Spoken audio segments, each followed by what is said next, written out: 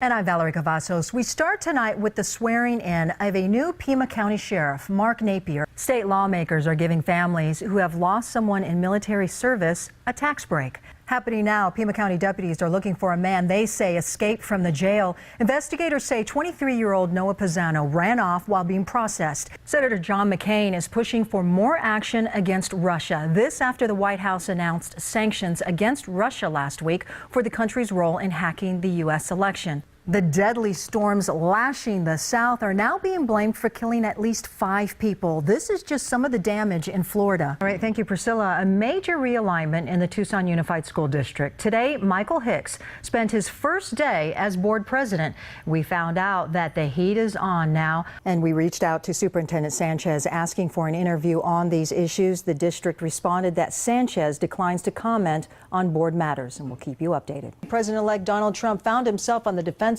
having to respond to new allegations about his relationship with Russia.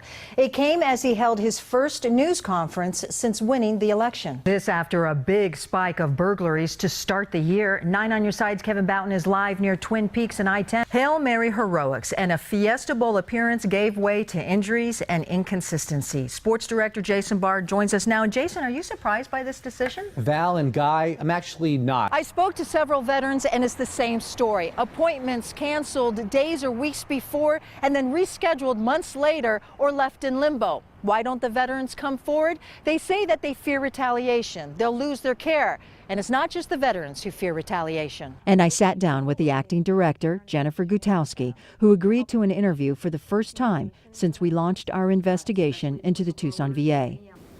Did you know that any of this stuff was going on? Because some of this fell under you being the associate director. Did you know any of this was going on? We have definitely come a long way since 2014. Shame on them. Then why? Shame on them. Then why did he commit Because suicide? Well, I don't know his demons. Was he questioned by the FBI? Was he a Don't know that. primary person You'll have to in ask the FBI investigation? No. I don't believe that at all. I don't know it, but I don't believe it at all. Insiders say the district's push to reduce suspensions and expulsions to meet a federal anti-discrimination court order is causing district-wide disorder. The information we're about to expose may be shocking, but not to many on the front lines, principals, teachers, and staff, as well as parents and students. Some tell me it's an escalating problem, and they've been too afraid to speak up until now. Video captured on cell phones of middle school girls brawling at Booth Fickett Magnet School. 3 separate fights in the past month outside on school grounds, and this brawl in the hallway as staff try to break it up. Homeowners across the country are reporting problems with their dishwashers, including the smell of burning wire. And those storms are headed our way. Aaron Christensen joins us now. And are we going to see that kind of intensity? Not anything like that. Okay. But New York. And seeing that is why we should not complain, namely me, about the weather here in Tucson. This is true. Yes. Yeah, we oftentimes don't have too much to complain about, do we? But we are going to cover some of those weather. Oh, okay. All right, thank you, Aaron. Whether it's new license plates or new laws, the DMV is seeing some changes. What you can So I haven't seen it. Well, if you do, just do so legally. Yes, I know. Don't pirate that, aren't they? Oh, I know. And Yes, the because FBI we'll warning. report it. Yes, it scares me. You're going to report it on me? Okay. You're not invited to my house ever. Coming from the guy who says he certainly doesn't want to see it ever. So. All right, let's give you a look outside. You can watch Hercule Poirot on Netflix. Do I have to say it? Yes, you will have to learn. Then I can't watch it. See, I got caught up in all that kind of stuff with Elmo, Talking Elmo. Okay. And I went all over the place to try to find a Talking Elmo. I did find one, but that was last year. And I don't even let my kids watch any commercials during Christmas. Just so they can't get any ideas. Don't get any ideas. They don't know, especially when Yeah. they're really young.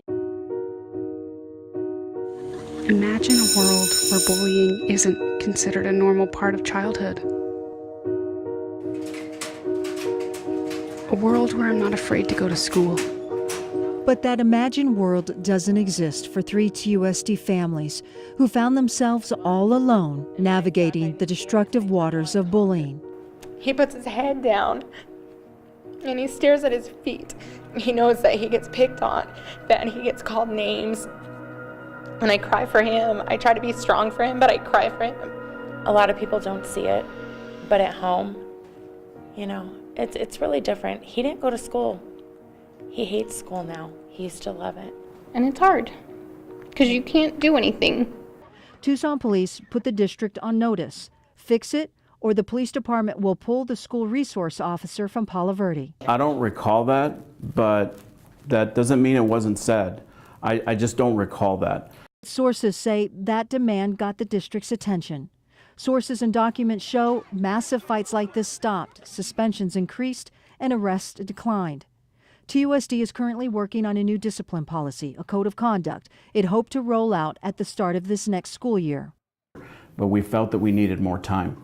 And we needed more time so that the training could take place ahead of unrolling something as complex and as important as a code of conduct. Murado says the new discipline policy could be unveiled either in January or the start of next school year in 2017. So what does that mean for this upcoming school year? Brad Gagnapane, the former chief of staff, Chris Radke, the chief deputy, and Sheriff Chris Nanos. Carmona says last year, while sitting in a meeting with senior command and staff, they began discussing the annual awards banquet. This is going to be very expensive. It's going to cost $30,000 or $40,000. We don't have any money. And I was looking, I said, well, you know, let's reach out to some of the businessmen in town. Let's do this. Nano says, Brad's got it handled. You don't need to worry about it. At the time, Carmona didn't know that RICO money played a part. Well, the awards banquet is held by us, and we would use RICO dollars, which is appropriate. Is it? By law. An awards banquet is appropriate. Well, let me explain to you. By law, Barbara, there isn't one penny of RICO dollars we've ever spent or will spend without going through the process of the county attorney's review and saying whether or not it's lawful or not. I'll tell you right now, do I like that idea? No, not really. But you can buy an award for one of your deputy or staff using RICO dollars. That's true. RICO funds can cover the awards, but not food and entertainment.